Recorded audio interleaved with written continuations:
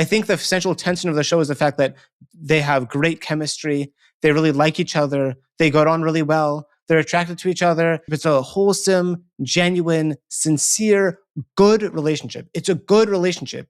What is the problem? So what should he do? He should break off with this girl and marry some horrible Jewish girl that he doesn't like. That's better. Again, assuming there are no great Jewish girls, just for now, for the sake of this question. I agree. Yeah, I mean, it's a false binary, but we'll go with it, right?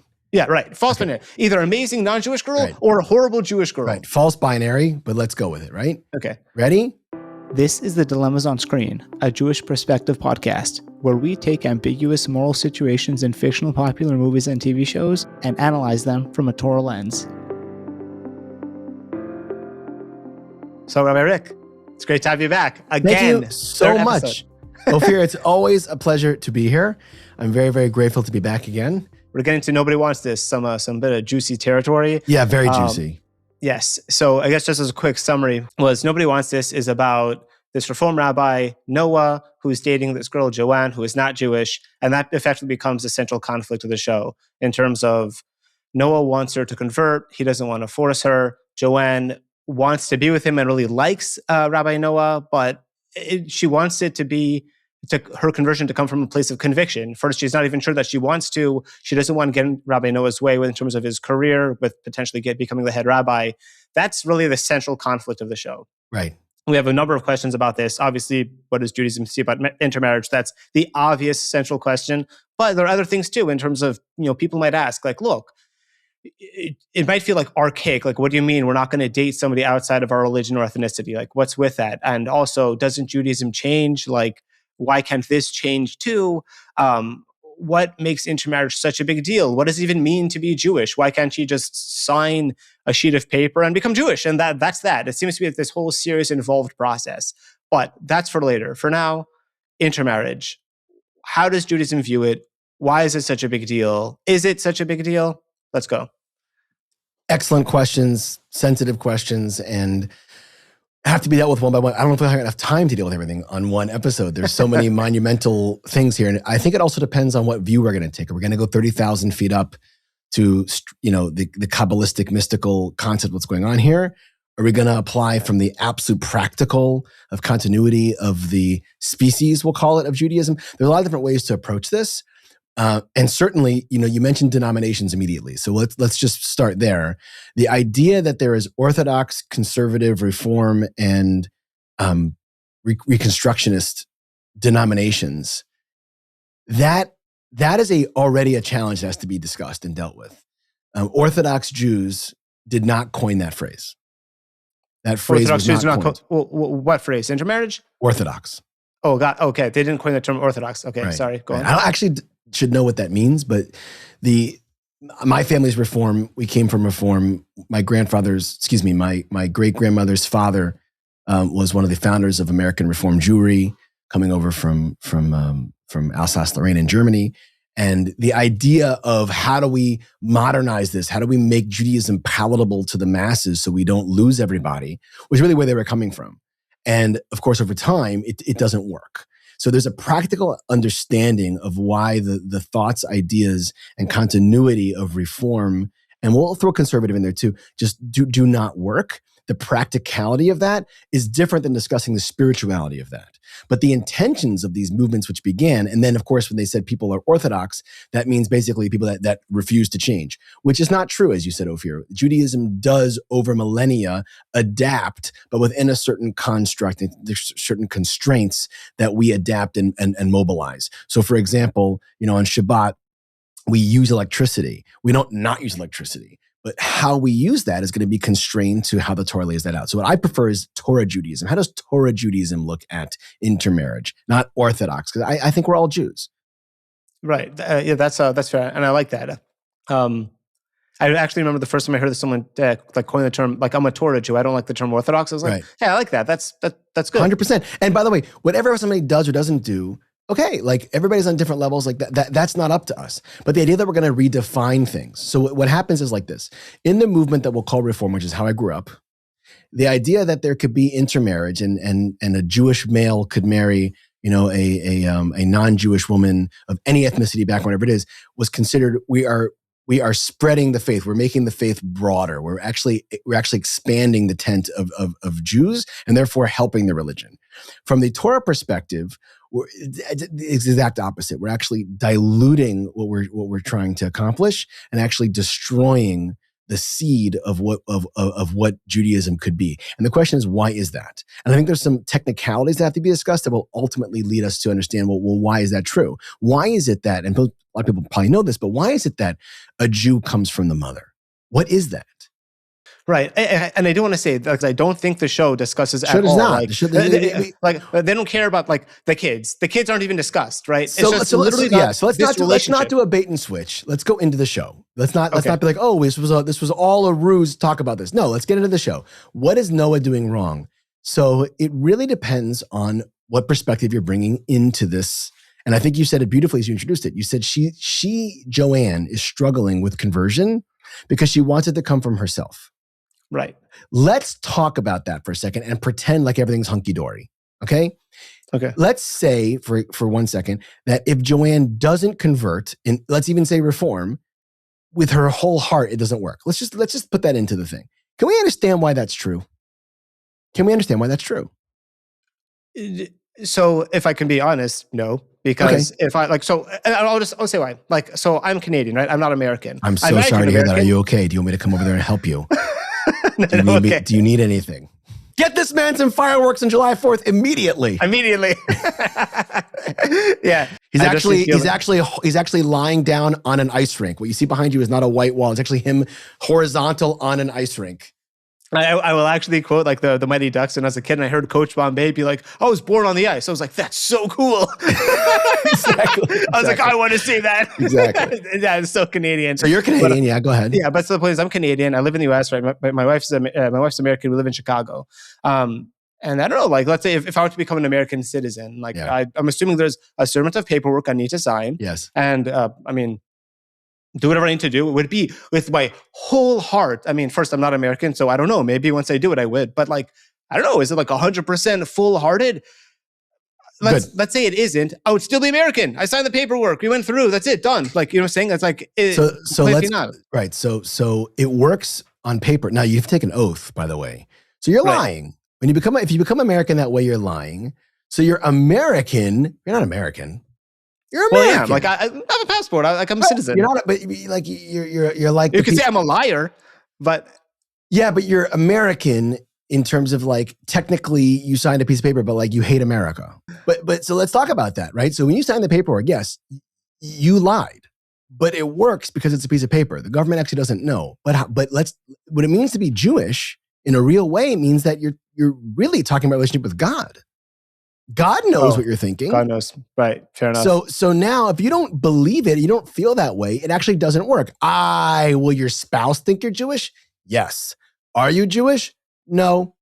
And the Maimonides, who has the most, let's call it lenient opinion here when it comes to conversion, still says in that mikveh, in that water of your new mother you're creating for yourself, you have to have thoughts of, I'm going to do this. I'm going to take on being Jewish. I believe everything. I want to be a part of it. Now, it could be a week later, you don't want to anymore. That won't change. Now you're Jewish no matter what. Now you're just a regular run-of-the-mill Jew who doesn't like being Jewish. But to get in, you have to have that sincere aspect of, I really want this. So when we talk about the show, Nobody Wants This, that's the perfect title. If Joanne doesn't want to be Jewish, she can't become Jewish. Because to your point, you're signing a piece of paper. Why would that work on a spiritual level? You want to talk about what Sunday school she can send her kids to? So I have lots of friends who marry out. My best friends growing up, I think the vast majority of them have married non-Jewish women. I remember speaking to one about this once. And I just, he's like, I'm going to raise my kids Jewish. And I said to him, you can raise your kid Native American. That's fine. That's a culture. That's wonderful. You want to say Jewish culture is great? Awesome. Power to you. Not Jewish. When you talk about spiritual worlds and the spiritual idea of what a soul is, I said, you have to listen to what I have to say, because I've studied this for, at the time it was 5 years. Now it's been 20 years, but like, I'm begging you, listen to me. If you don't want to, that's fine. You want to raise your kid culturally Jewish? I think Jewish culture is awesome. We're talking about the soul. If you don't want to talk about the soul, bavakasha, Reform, Jewish, the whole thing. Well, no, what you said is actually kind of funny because that actually is a line in the show. So Noah's sister-in-law says, tells Joanne, you're basically Jewish. You feel Jewish to me. The whole thing is just a feeling. But I am at the moment still, admittedly, just a little confused. Like, we're talking about identity. Does she believe in it? Does she not believe in it? We know that, look, if you're born Jewish, we don't care what you believe. You're a Jew. In terms of, there are certainly Jewish beliefs that a Jew should subscribe to. That's if you're going to convert. And we have to explain why that's true. That's so where's the confusion?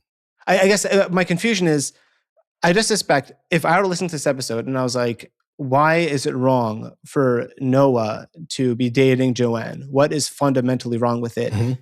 I am not sure what my takeaway is at this moment. And is it just a belief in terms of, I guess another way of phrasing it is, Noah was apparently, I think, engaged to some Jewish girl who he clearly did not like very much, and it ended. And then he meets Joanne, and Joanne doesn't want anything messy, and Noah's like, look, it's not going to be messy, let's just try it. And then it works great. And Joanne's this great girl. I think the central tension of the show is the fact that they have great chemistry. They really like each other. They got on really well. They're attracted to each other. They clearly they help each other. It's just like a great relationship. It's a wholesome, genuine, sincere, good relationship. It's a good relationship. What is the problem? What is the problem? So what should he do? He should break off with this girl and marry some horrible Jewish girl that he doesn't like. That's better. That's the way you phrase it to me. That's an excellent question. Like, what is wrong here? Yeah. I think that is the central question that people would be asking is, what is wrong with Noah marrying this great girl? What is the alternative? Again, assuming there are no great Jewish girls, just for now, for the sake of this question. I agree. Yeah, it's a false binary, but we'll go with it, right? Yeah, right. False binary. Either amazing non-Jewish girl or a horrible Jewish girl. Right. False binary, but let's go with it, right? Okay. Ready? Nothing is wrong with it. If we're looking at sociologically, relationship-wise, therapy bills, how much fighting is in the house, procreation of a species called humans, maybe Joanne is great. You asked a very specific question. Why is it wrong for Noah, a Jew, to marry a non-Jewish woman? That is only relevant if we are concerned and interested in creating more Jewish spirituality and souls. If we are not interested in that, if that is not a priority, then what's wrong with it?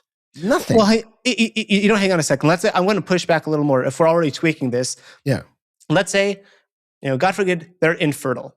Okay? They can't have children. Yeah. Now is there a problem? Right. That's a great question. So now it becomes much more technical, to your point, right? Right. So and I think because people might want to not, because I think the show does not talk about children, which must be a choice, right? There's no way that this would not enter a real conversation. So your point is excellent. They're not having kids, they're infertile, whatever, and now they're together. So now we have to look and say, well, what is my priority? The word priority is a singular word. It became plural only in the last 100 years. Look up Webster's dictionary, the word priority, there can only be one priority. If that priority is, what does the Torah say and what does God expect from me and want from me? Now we can talk about that. Because now you've removed every externality. You've removed the children, you've removed, everything else, you've removed the community, you've removed everything. So you're right. Maybe there is a fundamentally, let's call it a practical reason that Noah should marry Joanne, and not be lonely the rest of his life. But that would depend on, do you really believe in Torah? Because who says intermarriage is worse than not keeping Shabbat? Who says intermarriage is worse?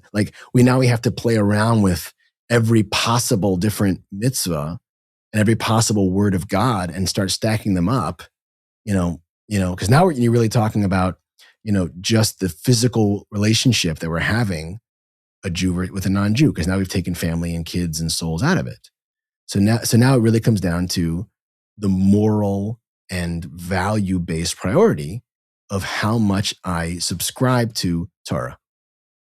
Yes, and the reason why I want to do that is because that really seems to be the central focus of the show in terms of it's Rabbi Noah who's concerned about marrying this non-Jewish girl, mostly because I guess like his career or it just, but like Judaism is so important to him. How can he be a rabbi? First, he's not going to get the promotion that he wants. Right. And like, how does he internalize these like Jewish values? How does he live these Jewish values if he's dating a non-Jew? We could build from there. But hang on, Ophir, yeah. hang on. Yeah. As soon as you say his job, his constituents, that's children. Now you're back to the first question again. That's not fair. It's not your question. Okay, fine. Sorry. So because now I'm a bad example, and now it doesn't work. Your question is only isolated if they live by themselves with no interaction with other people. Otherwise, my children thing comes back. Well, how's it going to affect the community? And people are going to get confused. And nope, not good anymore. If you're now you've lost the oomph of your question. Because now I can say to you, it's terrible for a rabbi to intermarry because it's a terrible example because all the reasons we said earlier. So you can't do that. So that is fair, but I think what might bother. So there are actually a couple of different ways I want to go. Are you talking about only the two of them in a room together by themselves, or do you mean how this affects the Jewish people? You talk about the Jewish people. How does this affect Judaism and its ability to create new Jews and what it does to the community? That is a great reason for Noah to not marry her. That is not your question. You know what though? I'm glad you're stressing that point because I guess what makes me uncomfortable is it almost sounds like we're concerned about intermarriage because of its effect on the community, because of its effect on your children. So that is a practical reason as to how we approach this. Right, but that cannot be the central answer. I just cannot believe that the reason why intermarriage is a problem is because, oh, well, look how it affects other people and your children, the community. So there's no issue with the intermarriage itself? Yeah, there is an issue. It is, but I said very clearly, how am I supposed to stack up a physical relationship that we're not allowed to have of a Jew and a non-Jew versus a cheeseburger versus Shabbos? That is no longer a fair question because now you've isolated it to, hey, when a non-Jew and a Jew become boyfriend and girlfriend and they're living together and they're physical together, what's the problem? And I don't want to hear about how it affects other people. So the answer is, I don't know. Torah says you're not allowed to, and I don't know how it stacks up to anything else because you've isolated it. So that is actually, because now I am getting clearer. So what you're saying is it's like eating a cheeseburger. It's like violating Shabbat. It is a violation of the Torah. It is not allowed. Hang on. So wait, just to be clear, that's the answer. If we're isolating all other things, Noah being with society, no job. Awesome. Okay, so it's a prohibition. It's prohibited by the Torah in the same way that mixing milk and meat is, the same way that eating bacon is, in the same way that violating the Torah is. That is all. Is that correct? Am I understanding that correctly? Now we can talk about why is that. Okay, so let's just pause there for a second. Why is that true? So the answer is why it's not true is this. Sorry, why it is true? Why it is true? Why they can't be together? So first of all, the most we're gonna get is called like a znus, like an improper sexual relationship. So let's double click on that for a second. Okay, the compatibility, whatever that means, it's like, how do I put you want to download an application to your computer and you downloaded the Apple version, but you have a PC, it's not going to run. It doesn't run. It just does not run on there. So we're talking about a spiritual incompatibility. But as soon as you say that, now you're laddering back to where we started from. So when you talk about just the pure intimate act, yes, we are absolutely the same place. So you can't have a cheeseburger because what else is there? You're talking about no externalities. Now, it is doing something to you because the Torah says you can't do it. It will negatively affect yours. By the way, the non-Jew is not doing anything wrong. The non-Jew is not prohibited from this. This is the Jewish problem. Wow, interesting. Okay. So it's going to create that blockage we talk about, the tumtum alev. It's going to cause those things that we speak about when we talk about why you also can't have a cheeseburger. But it's going to level up to what your level of sensitivity is. And I don't know that I have the shoulders to say that a non-Jew having intimate physical relationship with a Jew with no externality is worse than not keeping kosher or not keeping Shabbat. I don't think I have the shoulders to say such a thing.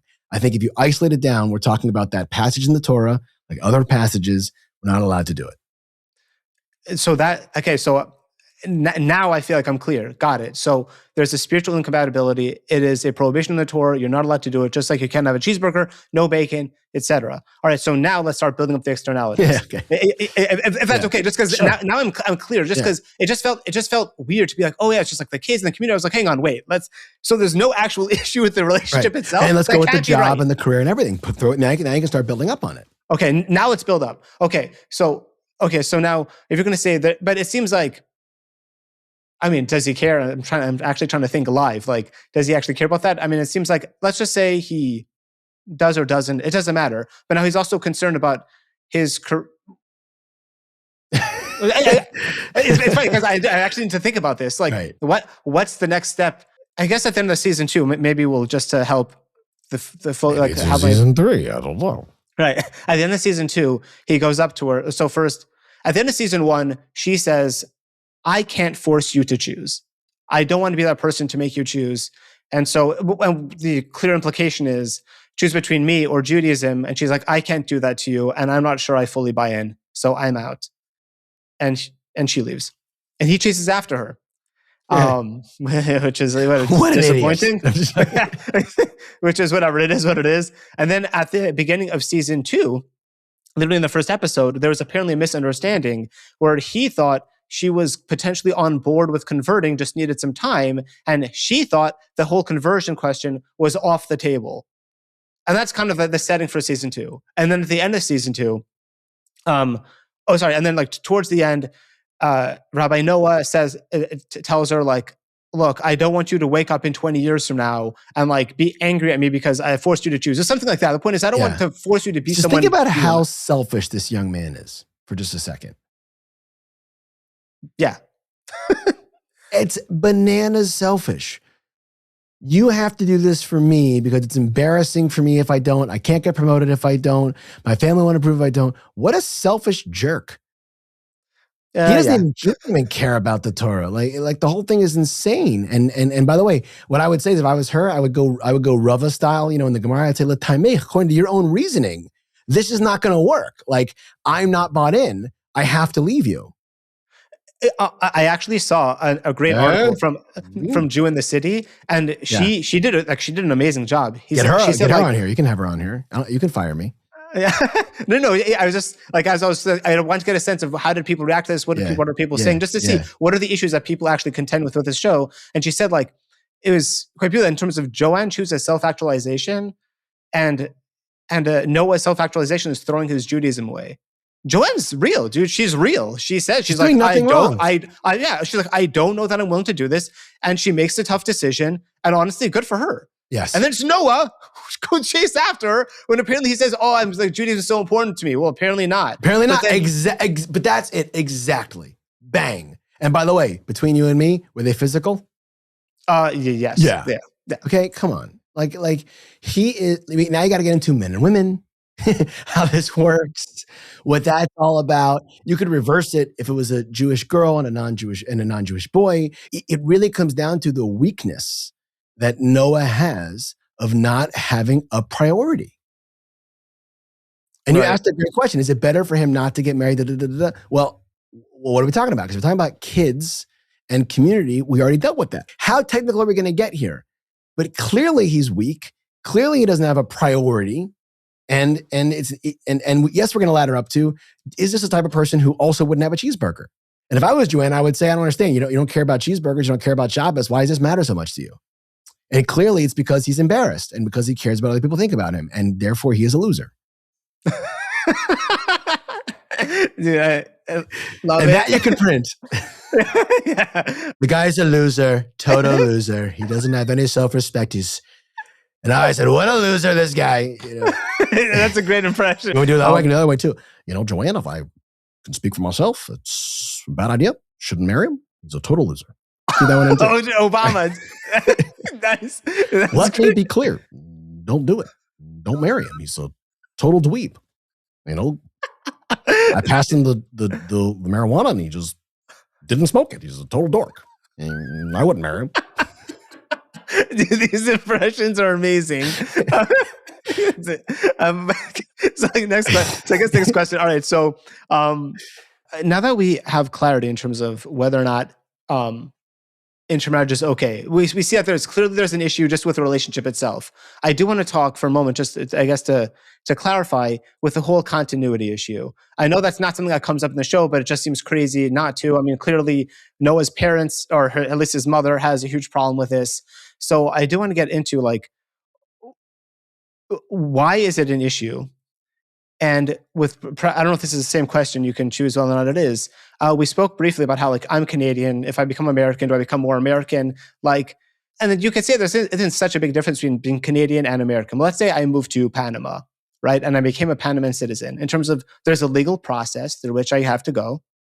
Once I become Panamanian, then you're in.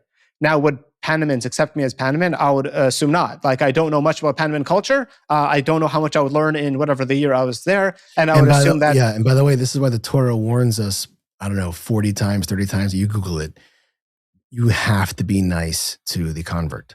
You have to take in the convert. And I think the reason is this point you're bringing up. It's not a technical thing. It's not like I got the citizenship of Judaism and I'm in. And you should just know that in Great Britain in the 1800s, they banned the Beit Din there, the high court banned conversion for a series of years because the only community taking care of poor people were the Jews. And therefore, people were trying to convert in order to get the services offered by the Jewish community. And they were concerned that people were converting for the wrong reasons, which would make them not Jewish. That's the point.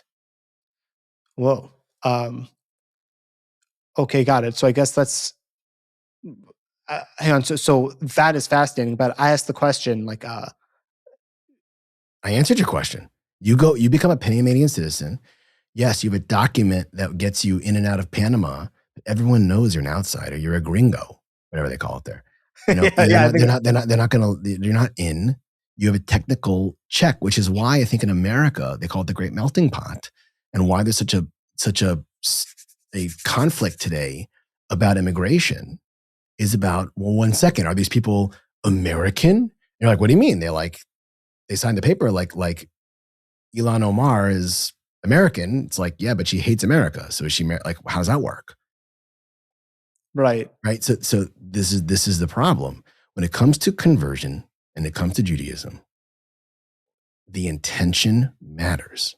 It's not a document. It is not a stamp on a passport. It doesn't work like that. You know, one thing that people will say, like, a person's response might be to the show is like, look, maybe this is so bad because Noah is the Jewish person and Joanne is the non-Jew. And maybe if it was just flipped, maybe if the woman was Right. Jewish, then the kids would also be Jewish and we'd be okay. Now, I'm not actually entirely clear on this, but I think do Reform even accept that tenet? Or do they say, as long as one parent is Jewish, then you're Jewish too? Like, I don't think either tenet apply. I believe in the Reform doctrine, the idea is it's very similar to how we deem somebody in Christian thought to be Christian.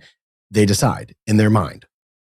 We decide in my mind, I'm Jewish, so then we are, maybe there'll be a couple of ceremonies, whatever it is, but then that person can convert and is considered Jewish. And it would be an idea in the mind. In Torah Judaism, from the mystical perspective, there is no such thing as I'm more Jewish than you. Something that my father used to say of a blessed memory was, now that you're, Rick, you became this Shomer Shabbat observant Jew, your friends might think I'm less Jewish than you. And I'm like, no, Dad, like everyone's the same Jewish. It's literally binary. It's one. I'm one, you're one, that person is one. And these people who are not Jewish are zero. And it doesn't matter if their father's Jewish and those things have to be understood and discussed. And we have to be sensitive. And there is a category what's called Zera Yisrael, which means they come from Jewish stock from the father's side. And that does have a different way of how we look at that and how we deal with that. That is a different situation. But nonetheless, there is something called a spiritual component that comes from the mother that can never be erased and also is there whether you like it or not. Right. And that makes sense. So I guess Judaism comes from the mother. So like, what is the source for that? Because the one I definitely heard growing up was, you're Jewish if your mother is Jewish because we can always know who the mother is. That's, very straightforward biological reason. So that actually is not even true. Because when you think about in a second, if you think about BBF and artificial insemination, so the authorities discuss what happens if you take a non-Jewish embryo and put it into a Jewish mother. Is the baby Jewish? Good question. I don't know. What? Right. So the recent authorities are deciding on these things, and it's not so simple. And it's not so simple. So I think that already, from a technical perspective, blows up the idea that, it's because in ancient times we couldn't know where they came from. I was like, well, why wouldn't the father matter more than that? So I think it's important to understand in Torah Judaism, in mysticism, what does the father bring? What does the mother bring? And what are these technicalities and how do they work? Right. That's fair. So I guess sorry. I stumped him, guys. I stumped Ophir on his own show. I don't know what to do. I don't know what to do now. I'm not trying to take it from there. So I'll let you go. No, tell me, what are your thoughts? What are you feeling? Look, there's a picture of Moshe Shapiro behind you. Yes. So I read a piece from Moshe Shapiro. This is for those out there, it's our Big's Big. This is our Rebbe's Rebbe. And Moshe points out a beautiful idea that basically, let's say someone converts into Judaism, legit. Okay, what tribe are they a part of? So, interesting. I'm assuming like you mean tribes. Like there are 12 tribes. There are 12 tribes. And like, are you part of the tribe of Yehuda, like Judah? You convert in. What tribe are you? Right. Right. Fair enough. I'm assuming. Now you could decide whether or not you're Ashkenazi or Sephardi, but I don't know how that works in terms of tribe. Goose egg. You get nothing. You're not in a tribe. Which begs a technical question. How then does a non-Jewish person even come into the fold? How does it work? So Moshe reveals that this was the spiritual role of Dinah, Jacob's daughter that's discussed in the Torah. That Dinah sort of becomes his daughter becomes sort of the way in for people who don't have a tribe. What is a tribe? What is this? And you mentioned Ashkenazi and Sephardi. So our customs, how we walk through the world, how we behave, that comes from the father. Whether I'm Ashkenazi or Sephardi, that comes from the father. What tribe I am comes from the father. But the fact that I'm Jewish at all only comes from the mother. Only comes from mother. And you ask me like, well, what does that mean? How does that work? What is that? What is this piece? Now we can say, it's the soul. Well, what is that? What does that mean? And how come the father has no, let's call it, contribution to the fact that the child is Jewish? But if the child is Jewish, then the Jewish father has tremendous influence on the behavior and the way that Jewish child then walks and cements themselves in the world. That's a fascinating philosophical conversation. The father's irrelevant unless the child is Jewish, in which case he's extremely relevant. Isn't that amazing?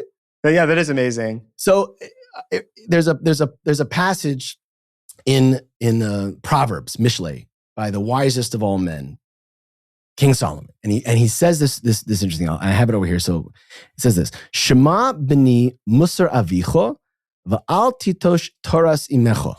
You've heard this before. Yes. Listen, my son, to the musar, to the discipline, to the teachings of your father, and do not forsake, do not let go of the Torah, the instruction of your mother. Here we see King Solomon revealing the father's role and the mother's role. This is not the source for how we know a child is Jewish, actually. That's actually in Devarim. I think you have it there. Do you want to just deal with that quickly?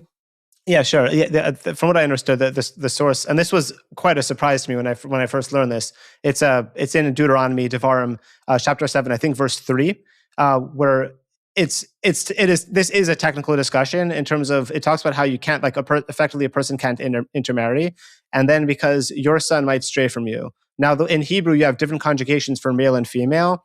And the point is there are two conjugations that are both male. And based on this, the commentators are like, we see that from here, we're concerned about your daughter or son and not your son's son if they intermarry, which means that your daughter or son is Jewish and not your son's son if they intermarry. That's generally, if you want to see more details, go there, look at Rashi. The sources are in Kiddushin and Yevamos. I'm not going to go on to this whole technical discussion, but it is a verse. It is not because it is a verse. That's why. It's not because we don't know. So I can't even remember what I was going to say. You're talking about how Moshe, he writes about Dinah.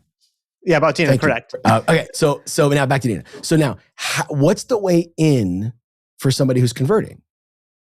Well, they don't have the mother's womb. They don't have the existence that's inherent to a person, which is why they go to mikvah. Mikvah is the ritual bath full of water that a person goes to when they convert. That represents the womb of the mother. A mother takes 40 weeks to bring to term. Not a coincidence that the amount of water we need in a mikvah is 40 measures. Everything that's 40 in the Torah is connected to creating life. 40 years in the desert, 40 days on Mount Sinai, all these different things. That 40 is why there's a gestation period of 40 weeks. And then we convert that to this basin of water that a person goes into to basically remove themselves from the world. You go underwater where you can't breathe. Moshe says you can't breathe, and you're basically, not able to live. And then when you reemerge, you've reemerged and literally as a newborn person, which is where the born again Christians get this from. It's where they stole baptism from, all these different things.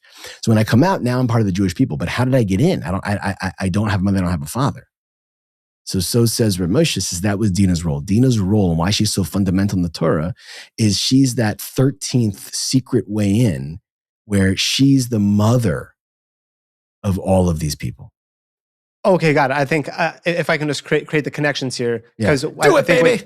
Yeah, nice. So what you were saying is, if a person converts, what tribe are you in? Now, as background, there are 12 tribes, right, for the 12 sons of Jacob. And now if you're a convert, then really you don't belong in any of them. Like, where do you convert into? That doesn't work like that. So that's where Dina, the 13th kid, the daughter, comes in, which is the sister of the 12 tribes. And so whoever converts effectively through Dina. That's fascinating. I've never heard that before. That's awesome. It took me a while. I was like, oh, what does Dina have to do with this? But now I see where you went with there. Yeah, and it's fascinating because that motherly idea is just why you can't get back out. I mean, like in Judaism is the only faith that I'm aware of that it doesn't matter what you believe or what you practice. You're part of the member of the tribe, so to speak. They say, and that aspect is a spiritual reality. That is created because of the idea of what it means to be brought into the world, to be birthed by a mother. It's a biological representation of a spiritual idea. Understood. And that is, I guess, like that's the 30,000 foot view of intermarriage. But I guess delving more practically, and I know there is an issue with continuity, but like, I guess just going back into our root question, what is wrong with intermarriage? Like, because I still don't understand. Like, there's this whole this mikveh of water. Like, a person goes in, person comes out. They're Jewish, they're not Jewish. Like, is that all she needs to do? It's like, I think let's start with why does a mother put the soul into the baby?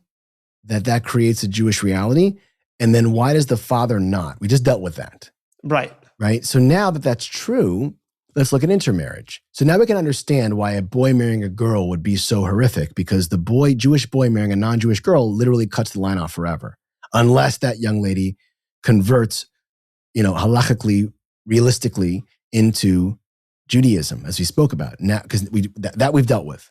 So I think the question now only, in my opinion, is, well, now, so what's wrong with a young Jewish woman marrying a Jewish guy, non-Jewish guy? What's the issue?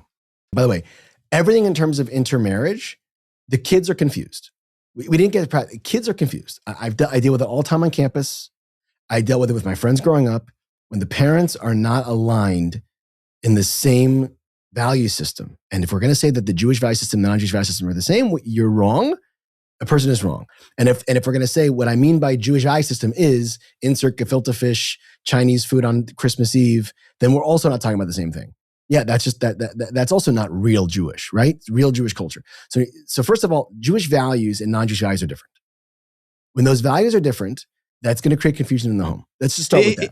If you don't mind me asking, can you flesh out, give me an example of how Jewish values are different? How did your friends grow up confused? Just taking a practical example.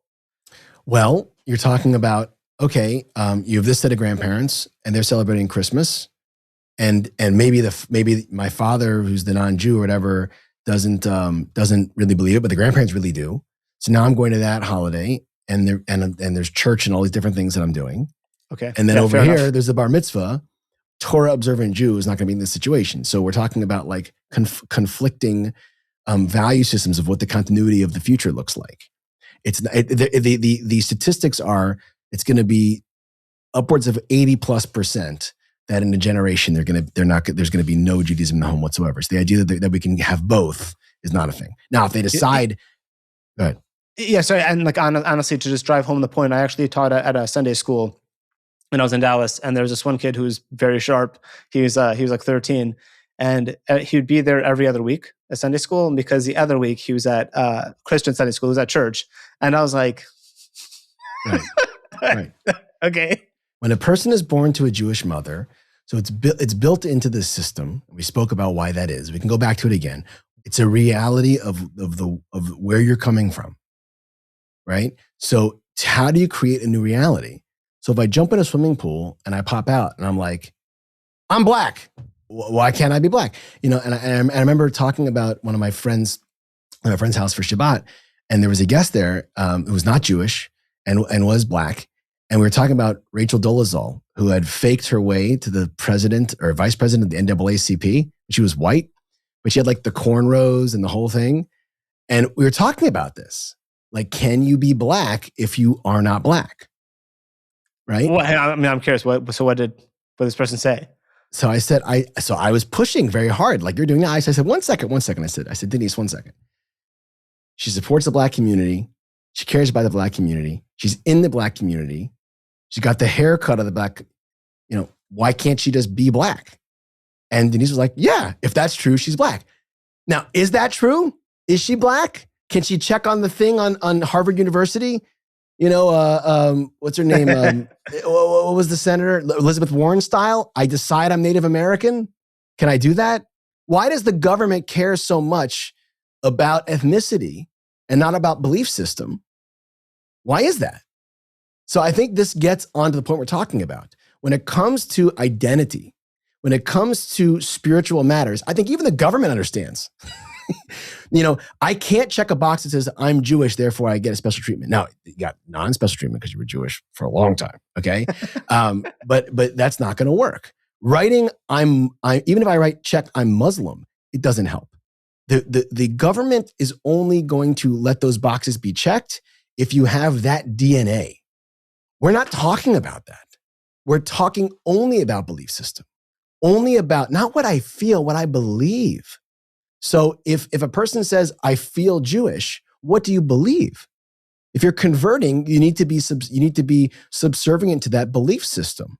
We can argue about Reform, Conservative, and Orthodox conversions, but nonetheless, you have to subscribe to that belief system in order to generate a new identity. Right. I'm funny and I like gefilte fish, makes me Jewish. What? I guess I like chitlins and Lil Wayne. I'm black. That's like the most offensive thing I've ever said. Like, right. No, of course not. Right. You know what? I actually love that you said, because I was like, that is offensive. And I was like, yeah, why is that offensive? Say, and we put up with it. We're like, oh, they love Jackie Mason. Like, let's bring him into the fold. Like, what are you talking about? That would never hold up in any other community. Right. Yeah. I can only imagine you We're selling ourselves so short. Yeah. That's actually, it's funny and it's really sad and still hilarious. That's such a great analogy. I love it. Back to Noah and Joanne. If she converts for him, forget about the technicalities, and that's not smart. It doesn't work because he's not going to wake up in 20 years and why am I Jewish? She was never Jewish and she knows it too. Got it. So, wow, that seems like, that does answer the question. So you're saying, I'm going to summarize it and tell me if you think what I'm saying is correct or what you meant to say was, the issue with the continuity is that even if, you're saying, is this true? Even if she does convert, but she doesn't believe it, in terms of she only wants to convert from herself. And let's say, again, taking that quote that Noah's sister-in-law says that, you feel Jewish, you're funny, you're like obsessed with your family or something like that. So are those universally Jewish things? Give me a break. No, but I guess. Yeah. So, I mean, I guess, is that another issue in terms of but let's say she sincerely, it seems like the implication seems like at the end of the season 2 that it's not explicit, but it seems implicit, like where the show is going, that she will agree to convert. So if it's for him, it's not going to work. But it seems like the implication is for herself in terms of she wants to do Shabbat. That's what she says. She wants to do Shabbat. And Shabbat, I think, means Friday night dinner or whatever. Sure. I mean, so then Great. So now we're talking about technicalities. Is she converting according to Torah and this and that? You asked me what's wrong with it. So from Noah's perspective and all those different things, now it depends. We have to go. Are we going back 30,000 feet? Are we going to we have to decide where we're gonna zoom in on? Yeah, I guess that's fair. I guess let's just do practical. Like again, like is she? And I know that there are differences between Reform and Orthodox conversions. Right. I guess let's spell it out briefly in terms of. So now she comes to Noah and she says, okay, like I'm willing to. You're in luck. I do want to convert. I decided to do this for me. Yeah. Yeah, I do still want to ask one question in terms, because I think this is a question a lot of people ask in terms of, some people might hear this whole question of like intermarriage. Is it okay? Is it not okay? Why is it okay? Why is it not okay? And they'd be like, come on, give me a break. This is so archaic. Who cares? Right. What difference does it make? Who cares? It's like white people refusing to marry black people, or vice versa. Or like, who cares if you're a different culture? Yeah. And Judaism values change. Judaism does change. So I do think, we can't end this episode without discussing that. So okay. What is our response to that? Our response is like this. We do not care what a person's skin color is, or ethnicity, where they come from, what their country of origin is. There are black Jews, there are Chinese Jews, there are Japanese Jews. Some are converted in, some are born into these families. We could not care less goose egg what a person's DNA is. We are the most accepting, wide, big tent organization ever founded on this face of this earth. As soon as a person is Jew, like, oh my God, Jew, like, unbelievable, part of the family, right? So what does it mean that Judaism changes this and that? So we adapt and change are different. I need to adapt to my new reality. Let's talk about Theodore Herzl, whose first idea of how do you end anti-Semitism, first idea, mass conversion to Christianity. Really? Mass conversion to Christianity. That's idea number one. I'm kind of surprised he even said that, because that clearly did not work. They tried that in Spain. Yeah. Mass conversion to Christianity, and all of his children died as Christians.